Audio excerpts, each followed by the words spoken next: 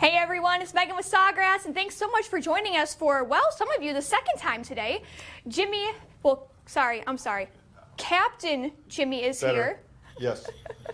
Captain Jimmy is here, and we are talking about the boating market. Oh, I forgot to turn the volume off on there. Okay, we're good. Sorry, keep going. You were going great with your monologue, and I interrupted it with the, whatever. Go ahead. We are talking about the boating market and kind of the vacation market. Yes. Jimmy here, this is kind of very personal for you. It is very personal because, last time we were here together in the afternoon, we were talking about the fishing market. Right. So for me, boating and fishing were my primary markets starting out because I tell people a lot of times, go with what you know, okay? Go where it's fun, okay? This is a fun industry to be in because I like boating. I really am a captain, by the way. This isn't just a costume. I am a U.S. Coast Guard licensed captain. I have a 100-ton master's rating, which means I can run a vessel up to 100 tons with so people, cool. pets, alcohol, whatever, is on board. And so I actually do that on the weekends. So I do run yacht charters and fun things like that. So. And I am just someone who would like to get invited on that yacht one day. Absolutely. So I'm ready to suntan. And yeah, you do look like one of the owners I work I for, wish I was one of the yeah, owners. just thought I'd point that out. So anyway, but it's fun, okay? But it's always been fun because I've done so many things with boats. Now, here's where the money part, though, the part that you care about, because you're not going to make any money off, me. You could hire me, okay, but that's not going to help you, right? What happens with boating is so many people name their boat, right? They name their boat. It's a form of personalization, right? They name their boat, and then they go nutso, right? They want to name everything else or put the name of the boat on everything else, okay? Believe it or not, I have put names on disposable diapers. I mean, really. I mean, how long is that name? You're going to have to stay there, right? And they would put the disposable diapers like in a little case in the toilet so that people actually would use them. I mean, but I've done that, okay? So it's incredible, some of the things we've done. Alex, can you cue up the pictures? I got some samples, actually, from my boat, okay? Whoa. That we're going to take a quick look at, just to give you an idea of some of the crazy things maybe that I've done as well. I've done plenty of things. This is one of my earlier boats, and you'll see, there we go. There's a name on the back of the boat, Margarita. Love and it. Margarita is a play on margarita and like the ocean. Margarita. See, it's where it came from. Look at that. And there was a logo on the back of the boat. There's a floor mat. Now, right off the bat, floor mats and boats. See, because we don't want people coming in and messing up our boat with the wrong shoes. No. These are floor mats a lot of our dealers carry. And this floor mat was, I think, like $6, okay, blank. And you take it, you put the boat logo on there, and you sell it for $35, $40, easy, okay? Because boaters like floor mats for their boats. So the great thing about it sounds like for this market is that it's truly all about personalization. Oh, absolutely. If you go to the next picture, Alex. So we'll look at some other things, and it's just giving you ideas again of things that you can do, and wide range of products. I mean, like coffee mugs, obviously, hats, T-shirts, and things like that. But there's also things like the wine bags. Here you can see I put together a few things. There is a wine carrier bag over there in the background. Little baby bib, that's important, right? Cute. There's a flag, there's a mouse pad. Look, there's a soft soap dispenser, okay? Soft soap dispenser. We got the bottle wraps, we get coasters, serving tray, okay? So there's a whole combination of different things that we can do. And then there's one more image that Alex will pull up for us. No, that was the last one? that was the last one. Okay, sorry. Yeah, sorry. Right. Too big. It's too big. Got it. Well, that's good enough. You get the idea. Okay, you get the idea. So the thing is if you can go talk to a boat owner about putting their logo on something, then you start showing them all these other things you put the logo on. And it's like an avalanche effect. Yeah, and the bigger the boat, the more stuff, right? And the more they can afford. Yeah. I mean, I have friends that just make tons of T-shirts and have them on the boat, and then when other friends come and go out on the boat, they give them a T-shirt, That's a great idea. And they just give them out, and so it's just something that they do.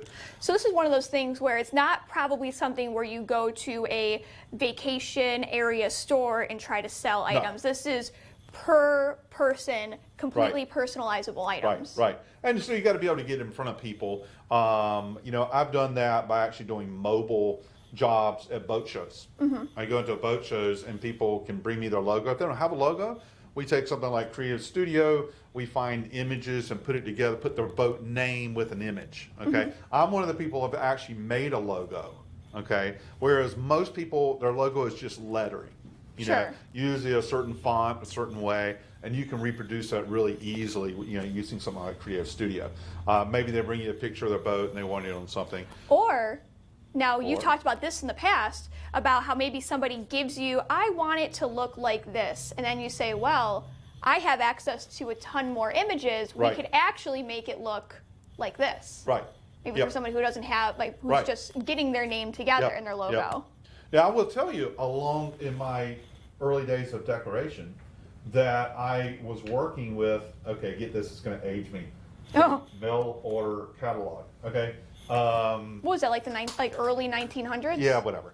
And we just had to watch out for the dinosaurs, So anyway, but the reality was this particular company sold marine products, and we were doing customized shirts where people could do boat names on shirts, right? We did 15 to 20,000 shirts a year. Wow. Just that, okay? So it's a big marketplace, okay? You just got to get in front of people. Now, just as a sideline, we'll step away from boats for just a minute. I mean, this is not just boats, right? We live down here in a coastal community, okay? Yes. And if you go look at some of the houses at the beach, you will see that they have names. They've named their cottages at the beach. Oh, yeah, that's true. That's true. And they buy a lot of stuff, too. So anytime when somebody has something like that they've named, you can sell them products with that name for their cottage, their boat, maybe even an RV. So I'm laughing because you said a coastal community, and our friends at Coastal said a coastal community. Hey. There we go. Well, if our coastal friends are here, the community they brought with them. Works out good, doesn't it? Okay. All right. So what we're going to do today is just make a simple T-shirt, and we did that last time. But we decided we were going to do a T-shirt using Chromablast. And this is something a lot of you have been asking for. We get questions often about Chromablast, how it works. Well, we have listened, and now we're going to show you exactly how it goes. And Jimmy's pretty much a Chromablast expert. Now you know what that means. Okay, it's going to go up in flames, all right? Or it's going to sink. Okay, when we do, it's going to. Boat pun there. Yeah, be on the rocks. Wait a minute, on the rocks. That has different meanings. Margasita. Yeah. Okay. So anyway. By the way, my Wi-Fi on my boat, the Wi-Fi network name is On the Rocks. That's funny. Yeah, I like that. Margasita On the Rocks. And Jimmy actually, he commissioned me out to make him a clock. Yes, you did. I made him a clock. And, I wish I'd brought it because every number on it is 5.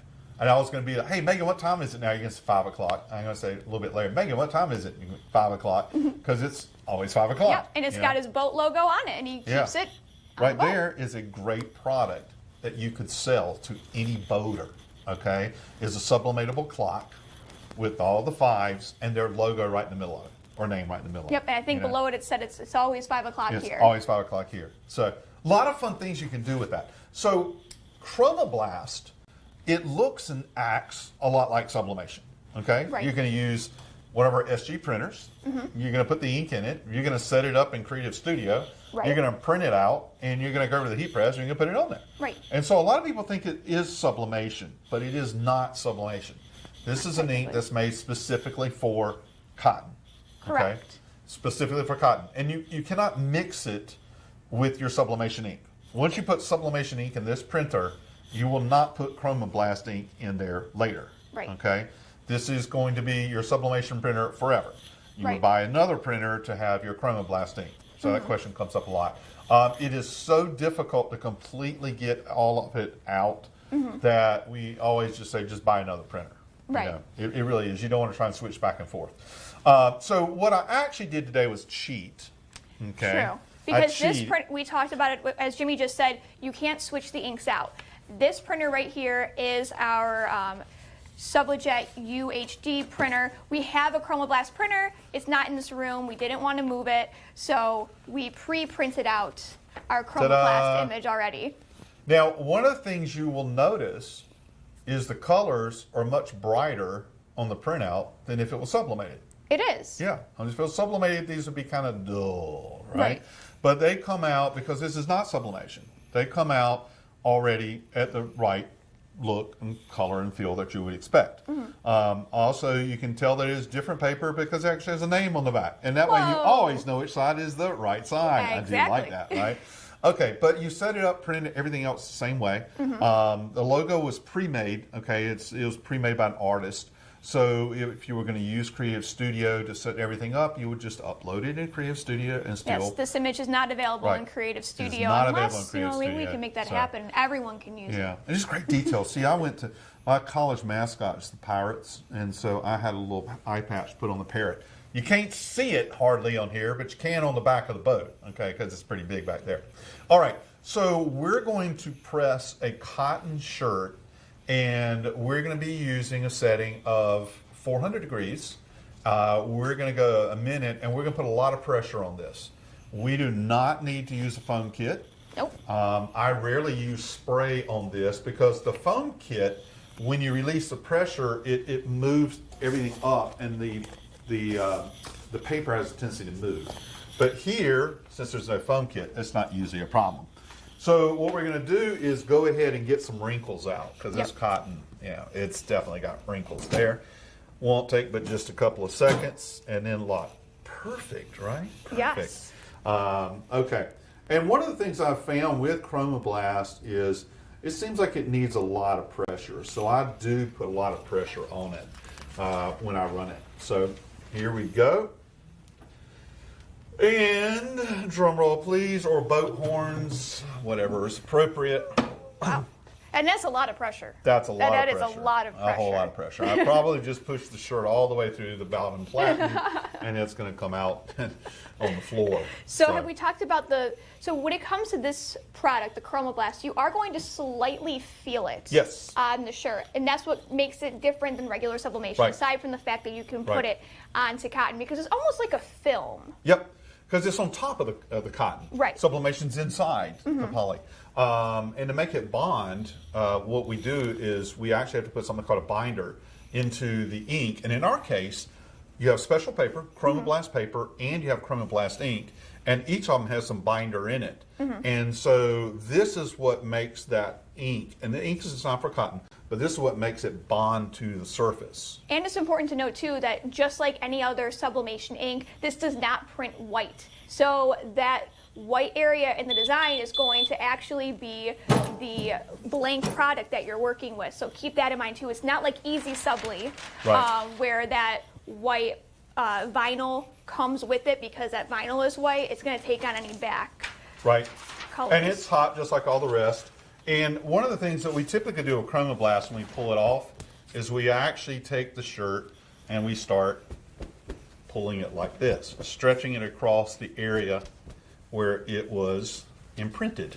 Okay? So Lori has a question. She wants to know, will Chromablast ghost like regular sublimation inks? I've never ghosted.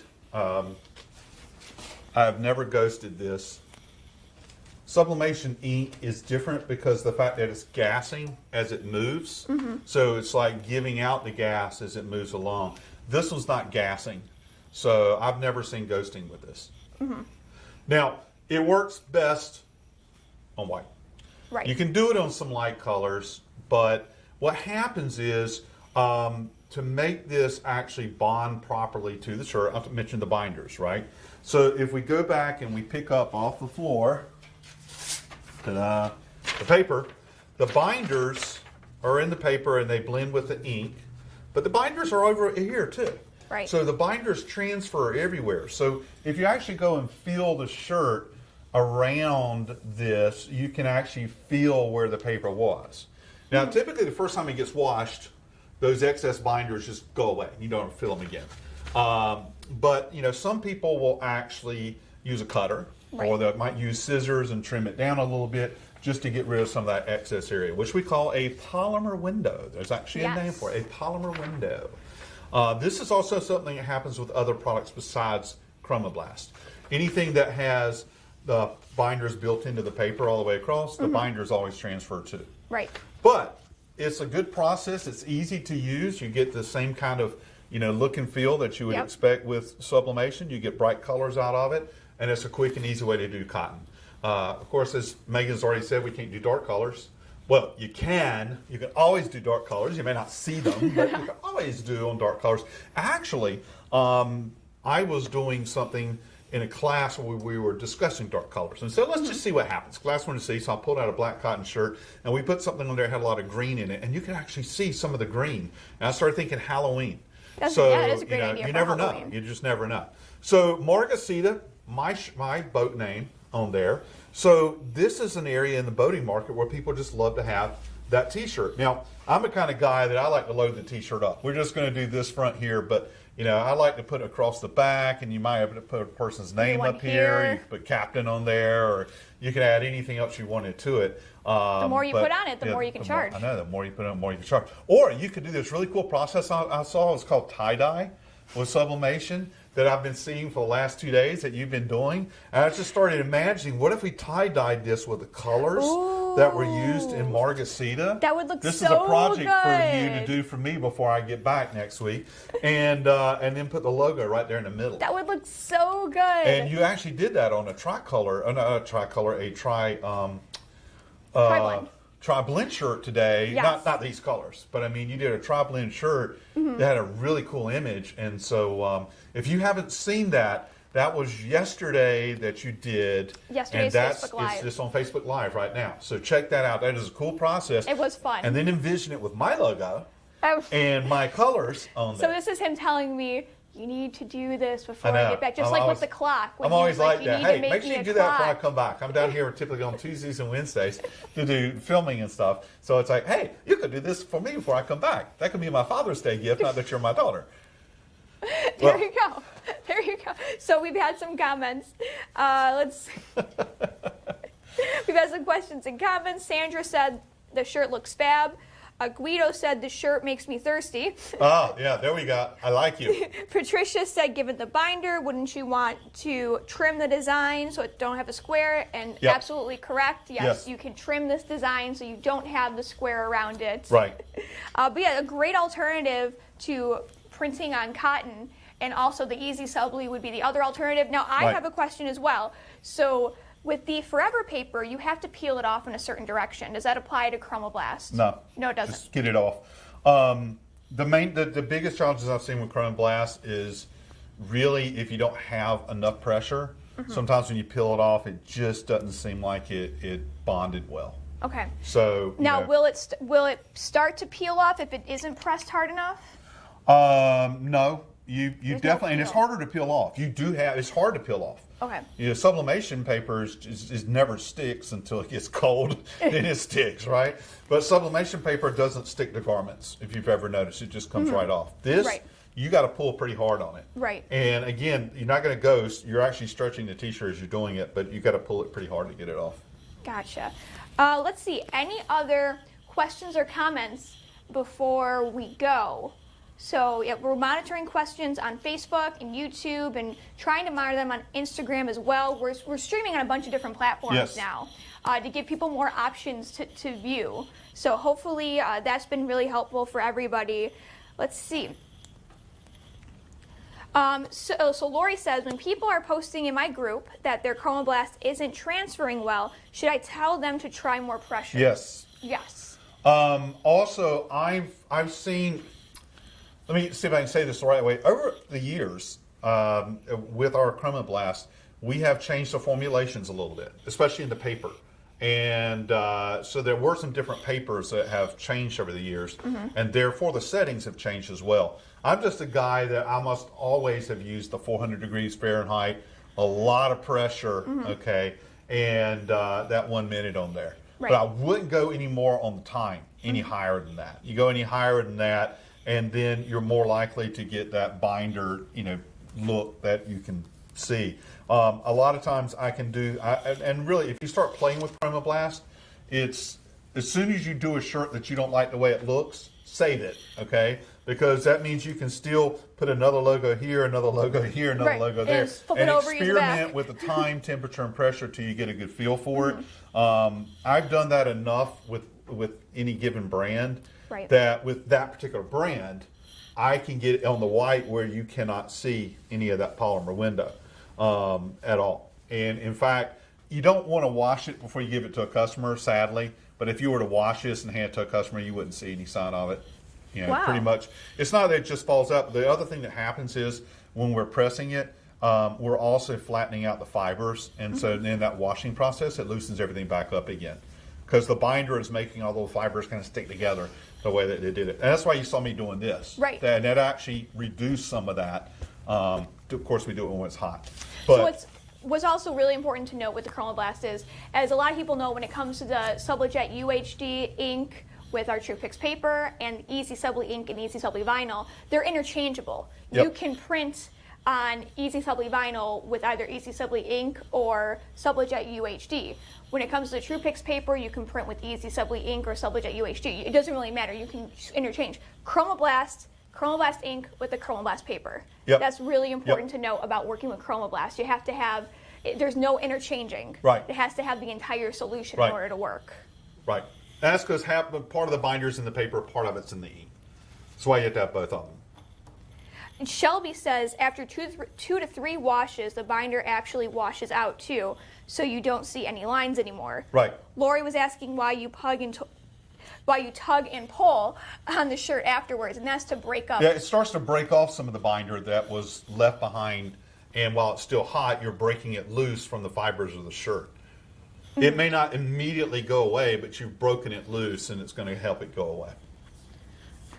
Okay, so waiting to see if anybody has any final questions. We'll let you know that if you're new to sublimation or if you want to learn more about Sawgrass products, you can head to our Sawgrass Academy. That's sawgrassinc.com, and the Academy in the top header bar.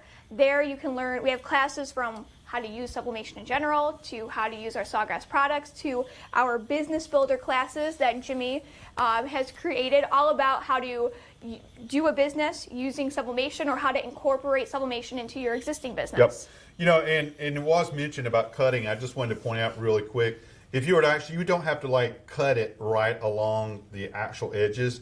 If you just were to actually cut right along roughly around here with a pair of scissors, you could do it really quick. You would never notice any of that extra binder. The only way it's noticeable here is because it went all the way down there, and that's why I left it there, so just to kind of illustrate it. But really, if you just cut right across there, you wouldn't see anything. Cherry wants to know, can you use dark colors with this process? The answer is no. Just it works best on light colors. And some light colors better than others. So again, a little bit of experimentation there. Someone asked, what blanks has anyone used besides tees? I mean, this is really formulated for t-shirts. Tees and sweatshirts. Right. You know, just not apparel. hard substrates. No, definitely not hard substrates. It's for cotton, period. Cotton. And 50-50. You know, Sure. blends. So, but not polyester. Nope. And not hard stuff. Right. Yeah, this is very specific to cotton. Right. Any other questions that anyone has, again, check out the Academy. All those courses are completely for free.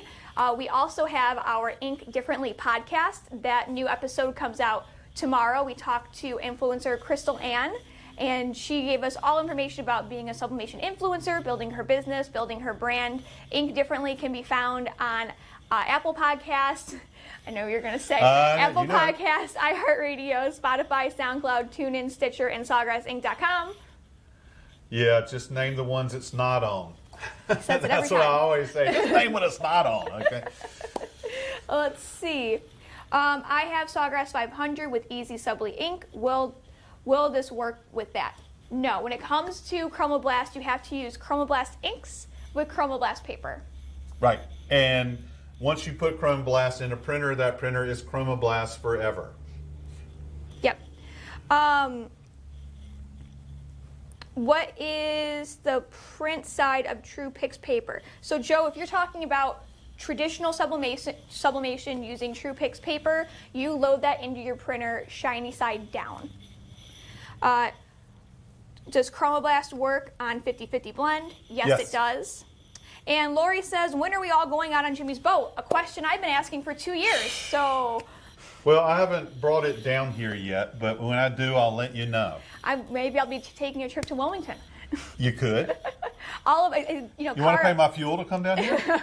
Kara said that we're going to do a Sawgrass retreat Okay. on your boat. Good. You guys pay for the fuel. I'll bring it down here. Any other questions that anybody has, we'd love to answer. Let's see. I don't see any on YouTube. I'm not seeing any more on Facebook. So if that's all, we will let everybody go. As Jimmy said, we did a Facebook Live yesterday using kind of a sublimation tie-dye technique. Oh, it is so cool. Crystal Ann was on with us for that. That is on our timeline. If you also go to the video section of our Facebook page, you can see that video there. Thank you all so much for joining us. We'll be back next week. Yes, we will. Yeah. And I believe next week we're going to have a very special announcement about something fun, upcoming, and that you can participate in. So, yeah, it's going to be cool. It'll be fun. It's going to be real fun. Thank you all so much for joining us, and we'll see you next week. Yes. Bye. Bye, everybody.